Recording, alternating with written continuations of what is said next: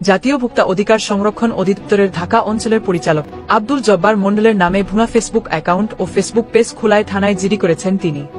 সোমবার রাজধানীর একটি থানায় জিডি করেন তিনি। নিজের ব্যক্তিগত ফেসবুক অ্যাকাউন্টে এক পোস্টের মাধ্যমে বিষয়টি জানিয়েছেন তিনি। নিজের ব্যক্তিগত ফেসবুক অ্যাকাউন্টে এক পোস্টের মাধ্যমে বিষয়টি জানিয়েছেন তিনি। পোস্টে তিনি ভুয়া অ্যাকাউন্ট ও পেজগুলোর স্ক্রিনশট যুক্ত করে দেন এবং সবাইকে সতর্ক থাকার অনুরোধ জানান। ফেসবুক পোস্টে তিনি লেখেন, আমার নামে এবং আমার ছবি ব্যবহার করে কিছু নকল ফেসবুক অ্যাকাউন্ট এবং ফেসবুক পেজ খোলা হয়েছে। এ বিষয়ে জিডি করা হয়েছে। জিডি নম্বর 1699 তারিখ 31 মার্চ 2025। এ বিষয়ে সবাইকে সতর্ক থাকার জন্য অনুরোধ জানানো হলো।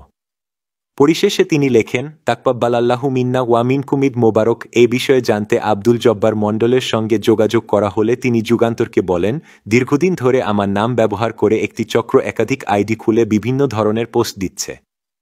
এতে আমাকে বিভিন্ন সময়ে বিব্রতকর পরিস্থিতির সম্মুখীন হতে হয়েছে।